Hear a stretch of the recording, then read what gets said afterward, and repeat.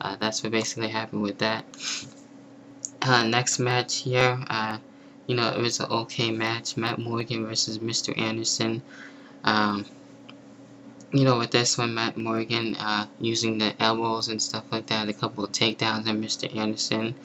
And after a while, Mr. Anderson came back in this match and getting the mic check onto Matt Morgan.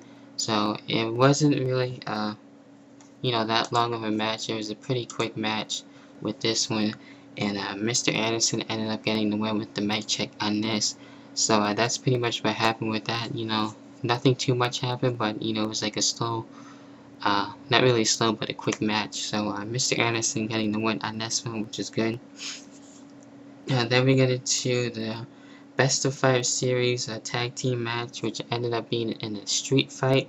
Of course, last week Bia Money was able to steal a win, and this week we had a street fight between these two, and the title wasn't on the line, but it was a best of 5 series match. Excuse me. And the ladder match was good last week. So was the street fight. We saw a lot of double team moves. We saw the triple slide spread by Motor City Machine Guns to I believe was Robert Roode. We saw the use of a steel chair. We saw Alex using the kendo stick in this one as well. We saw them go outside, outside the ring and using the ramp. Just a lot of good stuff in this match. A good back and forth pace match, and was basically the main event. So this was a good back and forth match. But in the end, Bia Money, yes, gets to steal another win, and Bia Money wins this match again. So that makes it 2-0 with Bia Money and Motor City Machine Guns. Hopefully in the next best of 5 series match, Motor City Machine Guns will actually win the match.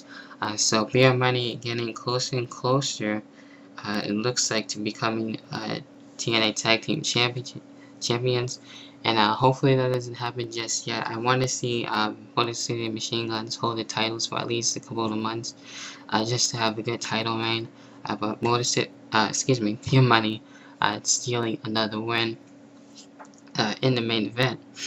Then we get into what really closes the show, Dixie Carter coming out and saying that she was the one that invited the ECW originals with Tommy Dreamer, Rhino, Steven Richards, Mick Foley. That's right, Mick Foley is in this deal. So, she was the one that was allowing them to come in and inviting them into the Impact Zone each and every week. And they are allowed to do what they plan to do and go extreme, and that's basically what closes the show with that. So hopefully they do something good with the ECW originals and see how well they do. I'm not sure if anyone else is going to be in this group. So far it looks to be Mick Foley, Tommy Dreamer, Steven Richards, Rhino, and Raven in that group. The same people that we've been seeing as of late. So it's going to be very interesting with that. So that's what basically closes the show. Like I said, TNA Impact was a pretty good show for this week. Hopefully we get another good show next week. And I might have a special TNA Showdown next weekend after the TNA house show that I will be going to on Saturday. So stay tuned for that as well. And that has to do with the video for today. And there's nothing else left to say, but as always, I will talk to you guys later. Peace.